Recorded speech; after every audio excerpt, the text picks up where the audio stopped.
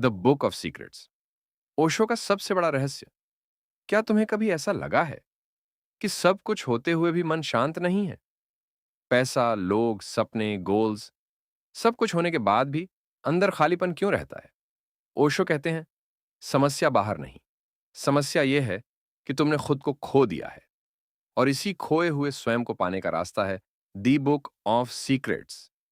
ये सिर्फ एक किताब नहीं है, ये तुम्हारे मन, शरीर और आत्मा को समझने की चाबी है। ओशो के अनुसार इंसान की सबसे बड़ी समस्या है कि वह हमेशा बाहर भागता रहता है। हम सोचते हैं कि खुशी मिलेगी अच्छे मार्क्स से, पैसे से, रिलेशनशिप से, सक्सेस से, लेकिन कुछ समय बाद वही खुशी खत्म हो जाती है। क्यों? क्योंकि असली शांति बाहर नहीं, अंदर होती है। मन हमेशा या तो पास्ट में रहता है या फ्यूचर में। जो हो चुका, उसी का दुख, जो होगा उसी की चिंता।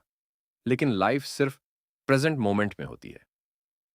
मेडिटेशन का असली मतलब आंख बंद करके बैठना नहीं है।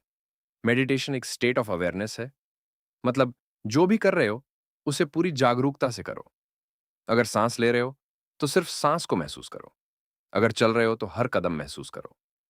अगर खा रहे हो तो सिर्फ खाने के स्वाद पर ध्यान दो। यही मेडिटेशन है। इस किताब की सबसे पावरफुल टेक्निक्स में से एक है ब्रेथ अवेयरनेस। अपनी सांस को ऑब्जर्व करो। जब सांस अंदर जाए नोटिस करो, जब बाहर आए नोटिस करो। लेकिन सबसे पावरफुल मोमेंट वह है जब सांस अंदर और बाहर के बीच रुकती है। वही साइलेंस का पॉइंट है, वही तुम्हारा सेंटर है। उस मोमेंट में माइंड कुछ सेकंड्स के लिए शांत हो जाता है और उसी साइलेंस में तुम खुद को महसूस करते हो। ओशो कहते हैं, माइंड खराब नहीं है, समस्या यह है कि हम माइंड के स्लेव बन जाते हैं।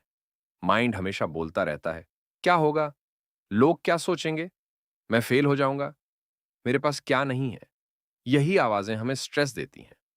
लेकिन जब तुम ऑब्जर्वर बन जाते हो तो माइंड की आवाजें कमजोर हो जाती हैं। तुम सोच को देखने लगते हो। और जो इंसान अपनी सोच को देख सकता है वह सोच से ऊपर उठ सकता है।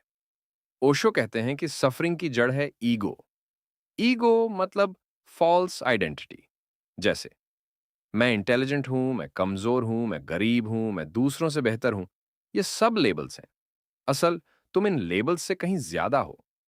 जब इंसान खुद को लेबल्स से जोड़ लेता है तब दुख शुरू होता है।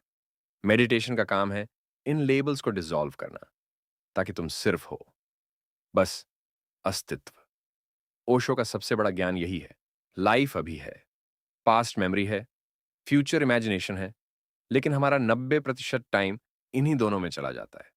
अगर तुम पूरी तरह प्रेजेंट हो जाओ तो फियर खत्म हो जाता है, क्योंकि फियर हमेशा फ्यूचर का होता है और गिल्ट हमेशा पास्ट का। प्रेजेंट में सिर्फ पीस होती है। तो इस किताब का असली सीक्रेट क्या है?